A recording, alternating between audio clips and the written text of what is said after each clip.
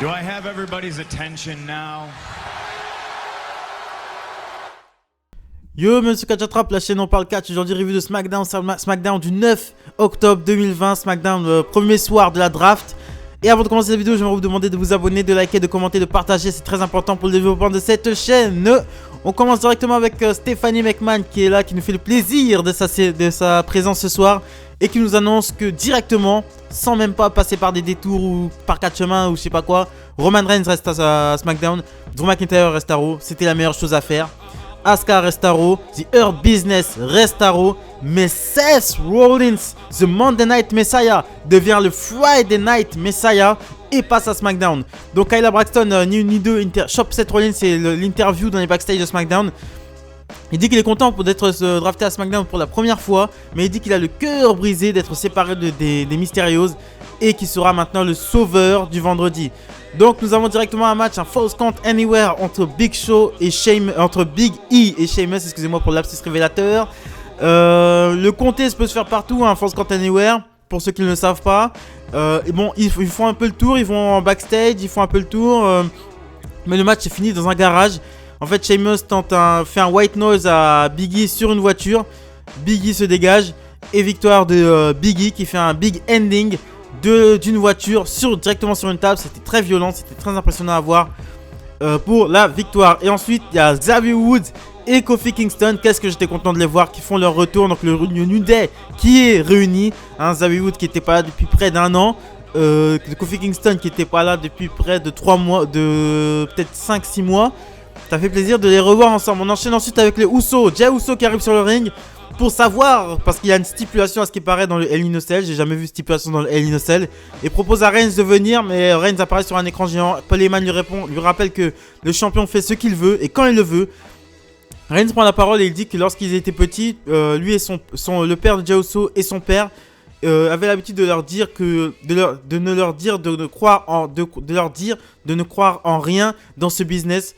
Et de ne croire que ce que vous entendez et ce que vous voyez. Donc lui il dit maintenant il dit qu'il croit ce qu'il voit. Il peut le voir. Il dit qu'il a essayé de rendre la vie meilleure à Jey Uso en le mettant en main event. Mais tout ce que Jey Uso a fait et tout ce qu'il fallait que Jey Uso fasse pour le remercier, c'est de reconnaître qu'il est le chef de tribu. Et Jey Uso a refusé de reconnaître que Reigns était le chef de tribu. Donc Roman Reigns n'en démord pas. Il annonce que le Hell in a Cell, pour la première fois, il y aura une stipulation dans le Hell in a Cell match. Le Hell in a Cell sera un Hell in a Cell I'll Quit match. Donc il devra abandonner et reconnaître que Roman Reigns est le chef de tribu. Donc on enchaîne ensuite avec Stephanie McMahon encore. Stephanie McMahon qui nous honore de sa présence ce soir. Qui nous annonce que de toute façon je vous fais les changements de show. Je vous fais pas les drafts qui restent ou je sais pas quoi. Sasha Banks reste à SmackDown, Naomi passe à Raw, Bianca Belair passe à SmackDown et les championnes par équipe Shayna Baszler et Nia Jax restent à Monday Night Raw. On enchaîne ensuite avec Miz et Morrison, hey ho, contre Matt Riddle et Matt Hardy. Très rapide sur ce match, victoire de Matt Riddle qui place son bro Derek sur le Miz et victoire de Matt Riddle qui gagne son deuxième match d'affilée à SmackDown. Donc peut-être que par équipe, Matt Riddle, je pense qu'il va être booké maintenant par équipe. Donc, et c'est après le match qu'il se passe un fait extrêmement intéressant. Ils se font attaquer par nul autre que Lars Sullivan, a.k.a. Dylan Millet sur Pornhub, qui vient démonter le Miz, qui vient démonter Matt Riddle, qui vient démonter Jeff Hardy, comme il le faisait quand il était arrivé à SmackDown il y a 1 an et 4 mois. Donc après 1 an et 4 mois d'absence, il s'était blessé, mais aussi il y avait eu des petites histoires. On connaît toutes ces histoires, je vais pas redire ce qui s'est passé. Mais retour de Lars Sullivan, grosse menace. Je suis content de le voir. Moi je juge pas, sa vie privée, je m'en fous un petit peu. Mais je suis très content de le voir. Il a l'air, en plus avec la barbe, ça lui donne un côté encore plus bestial. Et j'aimais bien sa petite gimmick qui venait de défoncer un peu n'importe qui. À l'époque, il avait une rivalité avec la Lucha House Party. Je suis très content de le revoir. Donc on nous annonce que Stéphanie nous honore de sa présence. Et nous annonce que Dominic et Rey Mysterio passent du côté de SmackDown.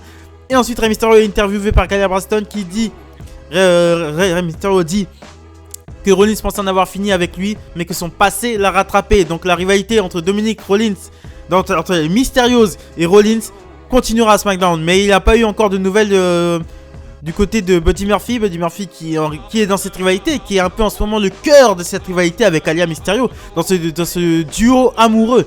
Donc ensuite on enchaîne avec Bayley et Sasha Banks, match pour le titre de championne des divas. Je vais faire très rapidement. Bayley se fait disqualifier en mettant un coup de chaise à Sasha Banks. Et ensuite veut continuer à l'attaquer, mais Sasha Banks lui fait une sorte de Huracan Rana contre la chaise et prend le dessus, mais Bayley prend la suite encore une fois. Et on apprend un peu plus tard dans la soirée que Sasha Banks veut un match contre Bayley à Hell in a Cell. On enchaîne ensuite avec Cesaro et Nakamura contre le New Day pour les titres par équipe. Xavier Woods et Kofi Kingston sont de retour. Ils sont bien décidés à reprendre les ceintures, ils sont bien décidés à reprendre l'or. Ça fait plaisir de voir Xavier Woods sur le ring et non derrière un ordinateur. Très rapidement, victoire de New Day avec un elbow drop de Xavier Woods sur Shinsuke Nakamura. Et Xavier Woods et Kofi Kingston deviennent les nouveaux champions par équipe. Et ensuite, Stephanie McMahon qui nous honore de sa présence nous annonce que Xavier Woods et Kofi Kingston passeront du côté de Monday Night Raw et donc seront séparés de Big E. Donc les trois sont dégoûtés. Et je pense naturellement que les Street Profits iront du côté de SmackDown puisque les deux ça fait que les deux titres, il y a deux équipes championnes dans un seul show. Et ça va pas, il faut un certain équilibre. On enchaîne ensuite avec le main event of the evening. Le Fiend contre Kevin Owens. Kevin Owens, pour moi, il a peut-être donné le meilleur match du Fiend. Il a donné le meilleur match de la carrière du Fiend. J'ai trouvé ça divertissant. D'habitude, quand le Fiend est sur le ring, je trouve ça très ennuyeux. Mais là, grâce à Kevin Owens, ça a été très divertissant. Mais c'est le Fiend qui s'impose en endormant Kevin Owens avec son mandible claw. Et ensuite, les lumières s'éteignent. Elle se rallume et Alexa Bliss apparaît à ses côtés. Donc, c'était un très bon épisode de SmackDown. Voilà. C'était un très bon épisode de SmackDown. Il peut être classé dans les meilleurs épisodes de l'année. Bon, l'année n'est pas finie, mais pour moi, c'est l'un des meilleurs de l'année. C'était très bon, c'était très frais. Il y avait beaucoup de choses. Il y avait des retours. Ça fait toujours plaisir d'avoir des retours. Et c'était très bon. Et j'espère que SmackDown continuera sur cette lancée. Mais avec ce qu'il y aura la semaine prochaine, je pense qu'on va continuer sur cette lancée. Et SmackDown, ça va être du très sale en ce moment. Ça va être du très sale. Donc la semaine prochaine, je vous annonce le New Day, donc Xavier Woods, Kofi Kingston et Big E affronteront pour la dernière fois leurs pires ennemis, Cesaro, Sheamus et Nakamura. Donc voilà. On enchaîne ensuite avec un match pour le titre universel. Oui les amis, en weekly, un match pour le titre universel entre deux géants, entre le chef de tribu Roman Reigns et Braun Strowman. Vous avez bien entendu, Roman Reigns contre Braun Strowman, la revanche pour le titre universel. Voilà ce que je pensais de SmackDown du 9 octobre 2020. Si vous aimez ma chaîne, abonnez-vous, likez, commentez, très important pour le développement de la chaîne. Salut les amis!